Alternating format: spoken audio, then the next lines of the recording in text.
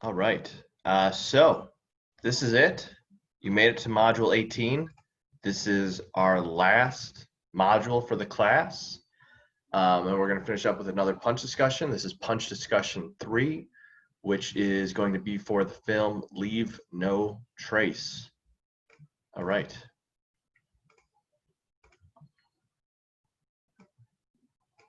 I don't want that. Here we go. There we go. All right. Punch discussion 3, Leave No Trace. This is essentially your last assignment. Again, kind of depending where you're at. This is very different for me. Usually this is like the last thing we do, but it's possible, you could be doing this in October, I guess. But this is the last module for what it's worth. We're in punch discussion 3.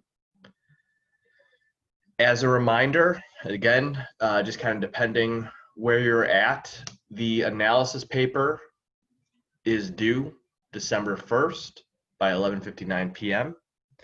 Again, it's very possible that you've already done it, or again, you might be here already and you're just still working on the paper on the side. So I really don't know, but I'm just reminding you the analysis paper is due December 1st by 11:59 p.m. And the encoding extra credit assignment that I went over in the previous module is due December 8th by 11:59 p.m. Okay, and remember you're submitting 2 documents in one submission. It's the shot list and the script. Okay. Again, this is the same process that we had for Lahane and the Naked Kiss, but just as a reminder, what you should be doing here is watching my lecture video, which you're doing right now, taking some notes. Once I go over the primer topics, which aren't going to be nearly as in-depth as the previous 2, because we're not using the social science theory. Then once you're done with this lecture recording, you're going to go off to Canopy, watch Leave No Trace. Okay, again, I have the title right there so you can search for it. Once you're done watching the film, obviously you're taking notes along the way. Go back to this module, click the discussion board. In the module, it'll bring you to the assignment, then post your at least 4-sentence long write-up on the film. And that is due December 8th by 11:59 p.m. Okay, so Leave No Trace. Here we go. It's the last film. This is obviously also the most recent. This film came out in 2018. This is our co-writer and director, Deborah Granick. All right. Also, just a quick note, obviously you see it up top there, but I highly recommend that you wear headphones while watching this film. It's possible you've been wearing headphones all along, but just in case, use it for this one. Don't watch this off your computer speakers. Deborah Granick uses what sort of on the surface looks like a somewhat simple sound design approach, but it's actually quite elaborate. She really leans into the sounds of nature and the sounds of different environments that these characters exist in. So the sound design is quite elaborate. And if you're sort of distracted by something else and you're not really tuned in with the audio, the film's not going to work as it's supposed to. So trust me, you'll have a better experience if you watch this film with headphones. Again, Deborah Granick is very much using sound design as a piece of encoding here. Okay, so again, director and co-writer is Deborah Granick. She co-wrote the film with Anne Rossellini, and this film was adapted from a book called My Abandonment by Peter Rock. The director of photography is Michael McDonough. And then our cast is Thomasin McKenzie, who plays Tom, Ben Foster, who plays Will, and Dale Dickey, who plays Dale. For most of the film, we are with Tom and Will. Tom is the protagonist. Will is Tom's father. Okay. So here are our primer topics that I'm just going to sort of read through here. All right, and I'm trying to think if I have anything. There we go, I don't. Okay, so our topics. Up top, we are sort of taking a look to see how Deborah Granick approaches the coming of age genre. You've probably seen other versions of the coming of age genre film, from like comedies to science fiction movies like The Hunger Games. Those are also sort of coming of age movies. But I think this is a pretty interesting approach. So Tom's growth from child to adult, even though it's not necessarily physical, it's not like the movie spans another 10 years or something, but emotionally and psychologically, you see this growth in Will, and her perspective on life changes by the end of the film. And a lot of this movie is sort of about her. I don't want to spoil anything, but her becoming independent and growing away from her father. Um, Again, I feel like I might have said the names swapped around. Tom is our protagonist. Will is the father. Just in case I got those names mixed up. So, what is Deborah Granick saying about the coming of age genre and the experience that Tom has in her journey in the film? What is Granick saying about community and bonding? This is a very much a core theme, and the idea of a community that is willing to accept Tom. There is a key symbol that becomes a motif because we come back to it, I think, at least twice, of a beehive, which I'll talk about a little bit later. Also, Deborah Granick uses the realist approach. Again, on that scale, this is more towards the realist side. She uses a lot of real locations. Much of the film takes place outside in nature. So we're using real locations, not sets. Even interior locations, you could tell, are real locations that have been minimally set designed. She uses non-actors for some of the supporting roles. Thomasin McKenzie and Ben Foster and Dale Dickey are all professional actors, but you'll see in some side characters, it's pretty clear that they're not. One of the early examples is a veteran who works at a VA office, who has a little scene with Tom, and it's pretty clear he's not a professional actor. And there's some other examples as well. So consider, why is Granick mixing professional actors with non-actors? What is she trying to sort of build? What kind of sense is she trying to build? The avoidance of a traditional narrative scene. There aren't sort of your usual. Granick does use Master Scene Technical for like coverage. However, there aren't scenes that just sort of lead from like one dialogue scene to the next dialogue scene to the next dialogue scene. A lot of the film is sort of communicated non-verbally, especially the relationship between Tom and Will. And you sort of have to go the next step to sort of decode their relationship. And they even, use their own secret way of communicating by like clicking their tongues. And to them, that means something. And we'll kind of get to that in a second. Notice Granick's approach for performances and how performances are, if you compare this to like The Naked Kiss, the performance style is really sort of reined in and quite minimalist. I'd consider why she directing her actors like this. The observational formal approach, Granick uses a bit longer takes than you're probably used to for a more recent film. The camera work is handheld, but nothing like, I almost said Zero Dark 30, nothing like The Hurt Locker. Okay, right? It's not erratic, but you could tell the frame is just sometimes gently unstable, and she's kind of loose with moving the camera about, but not fast. There's no sort of elaborate controlled camera movements with cranes or dollies. She'll sometimes use like drone shots, but very rarely. And then also her just general approach is quite naturalistic. You're not going to see elaborate lighting designs and scenes. She often uses available light and scenes. So again, kind of consider, why is she using this very realist approach for this film? Okay, some major themes and topics. One of the core themes is the idea of a rejection of domesticity and a rejection of being dependent on people. This is very much Will's experience, right? His perspective that he kind of influences onto Tom. but that's very much something on the surface of the film. This idea of being either accepting of community and kind of welcoming other people, or putting up some sort of wall. And one part of this you'll see is how Will's trauma, his past trauma, takes a part in this, and takes a part in his behavior of kind of pushing away from people. And there's a few pieces of dialogue that link to this.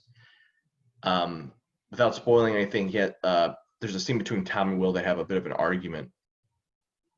And Will, I keep getting the names mixed up, Will says the line, "We have adapted." And Tom replies, "We can still think our own thoughts." So think about that.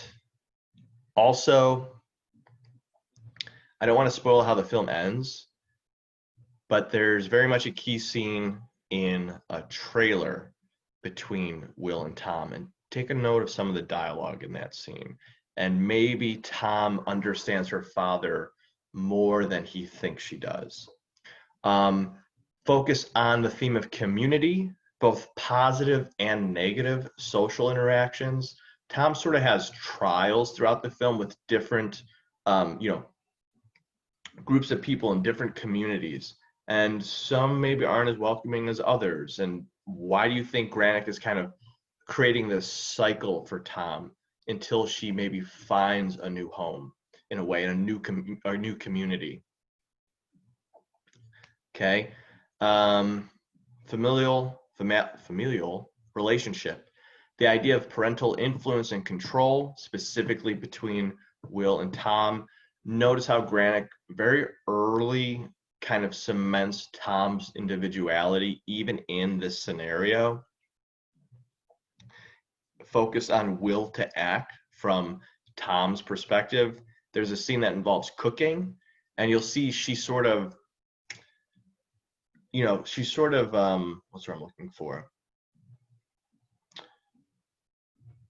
Will offers like advice and sort of like control in a scene that seems kind of minor, but Granick's choice to have Tom disobey him, right, and still end up doing the thing that fixes the problem, but while still not taking Will's advice, gives us a little bit of insight into Tom's character. And this is very early in the film. Some of the lines here, without spoiling anything, there's a scene between Will and Tom in a trailer where she says the line, "The same thing that's wrong with you isn't wrong with me." And you'll notice, again, I keep getting the names mixed up, Will's character is pretty reserved, even with Tom. And you don't see, again, it's both on paper, right, the way Granick writes the character, but also through performance. Ben Foster doesn't offer us a lot. It's not a very expressive or emotive performance until it is. And when you do see these kind of breaks in this character emotionally, think about when and what motivates that. What actions from Tom motivates these sort of breaks in Will? When I say breaks, I mean like showing vulnerability. Humanist approach. So we have some key symbols throughout the film. This one's sort of subtle, aside from its introduction. I keep doing it. Tom finds a seahorse necklace out in the woods, and for some reason, it sort of sticks out to her, and she wants it. And there's a bit of a scene between the two of them, between Will and Tom, discussing if she can take it. And again, you'll see a little bit of will to act in this moment. Remember, I keep saying will to act. Don't get that confused with when I'm saying like the character's name Will. I'm referencing back to script-based encoding, right? That actions characters take tell us something about that character. But anyway, in addition to introducing the seahorse necklace, one of the few times Granick really emphasizes a moment is when Tom looks up what seahorses are in like an encyclopedia. And Granick offers a piece of narration in the scene. And it's I think the only time you ever hear Tom's narration in the entire film, but she kind of discusses what seahorses represent. It's pretty explicit, and I think I have it. Yeah, seahorses pair for life. This happens in Act 1 when she finds this necklace, and she says this line of dialogue and narration. Excuse me. Now, the rest of this motif is much more subtle, and Granick doesn't show close-ups of the seahorse necklace, right? It's not like there's moments in a scene where she'll cut to a close-up where Tom like hides the necklace, but just keep an eye out for it. Tom wears the necklace throughout the entire movie, but keep an eye out for when you see the necklace is out, like when the pendant is out, when the seahorse pendant is out, and when she's hiding it. Think about what's the comment there. Again, I mentioned the tongue click, the sort of the reasoning behind this like secret communication between Tom and Will. And when we get this moment, again, it sort of acts as a motif. All I'll say is in Tom's final scene, she does the tongue click again, and think about what the response is. The beehive, I mentioned this before. This is a critical symbol that becomes a motif because we see it twice. Without spoiling anything, consider how Granick encodes Tom's interaction with the beehive in comparison to Will's. I think that's all I'll say about that for now. Keep your ear out. I don't know if that's a term, but pay attention to dialogue from the beekeeper who introduces Tom to the beehive and like how bees work. There's some dialogue there that I have quoted that very much, I think, links to the implicit meaning, offers some thematic exposition. So you might want to quote a few of those lines, but then also think formally, right? How is Granick shooting the scene with the bees and Tom? I almost called her Will. I keep doing that. But Tom's interaction with the bees, focus on shot scale and how she's maybe communicating a sort of sensory experience with the feel of the bees on Tom's hands. And then we come back to the beehive later on with Will and think about how she's approaching his interaction with the beehive and what is that beehive symbolic of. Okay, formal choices. Granick's presentation of nature versus domesticity. Again, keep an ear out for sound design, how she's creating sort of an auditory space for these different locations, how she's also allowing nature to have an influence in these industrial settings and vice versa. The one moment I'm going to point out is there's a pretty emotional scene involving Will basically doing like an interview in a way with a pair of headphones via a computer. And notice how distressing it is for his character, and pay attention to what the wallpaper is behind him. And again, I think that's very much a choice. I don't really know maybe what it means, but keep an eye out for that. And other touches of like artificial plants in locations. Consider the color palette, sound design, and choice in setup composition to encode Tom's and Will's relationship with their surroundings. When Tom and Will are in nature, consider Granick's approach compared to when they are in sort of like industrial settings, when they're domesticated. And again, without spoiling anything, when maybe they go back to nature, how is Granick then presenting nature later on in the film, when maybe it's starting to cause a rift in their relationship and it's starting to become a more destructive force? What is Granick doing, again, on a formal level to present it in comparison to like the first act? The film also sort of offers a bookend of shots. You'll notice the opening, I believe the opening shot of the film is like an extreme close-up of green leaves out in like the forest. And she only stays on it for a little bit, but when you keep watching the film, all I'll say is that in end credits, we return to very similar types of shots. And think about what that means. In addition to that, over the end credits, there's a song that I think is very much linked to the thematic objective, where you might want to jot down some of the lyrics in that song. And then keep an eye out for just key shots that, again, sort of communicate this disruption between nature and domesticity.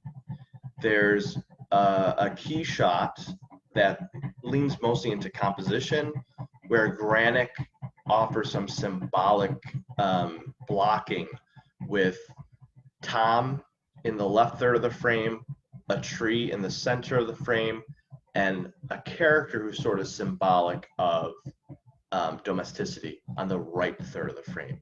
And consider what the semiotics of that is, right? The symbolic imagery in that composition. All right. So I think that's it. And again, these are just starting points. You can go in any direction you want. Excuse me. That's it. So go off and watch the film, take notes, come back to the module, click the link for the discussion, post your final discussion board, at least 4 sentences long. And also, I'm pretty sure I have a note on the discussion board, but I'm just going to say it now just in case. Feel free to also leave comments for the class.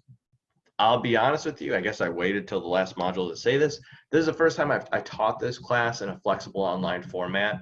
So please let me know if it worked. I hope it did. And I hope you enjoyed the class. Again, just let me know what you liked, what you didn't like, what worked in the flexible online setting, what didn't.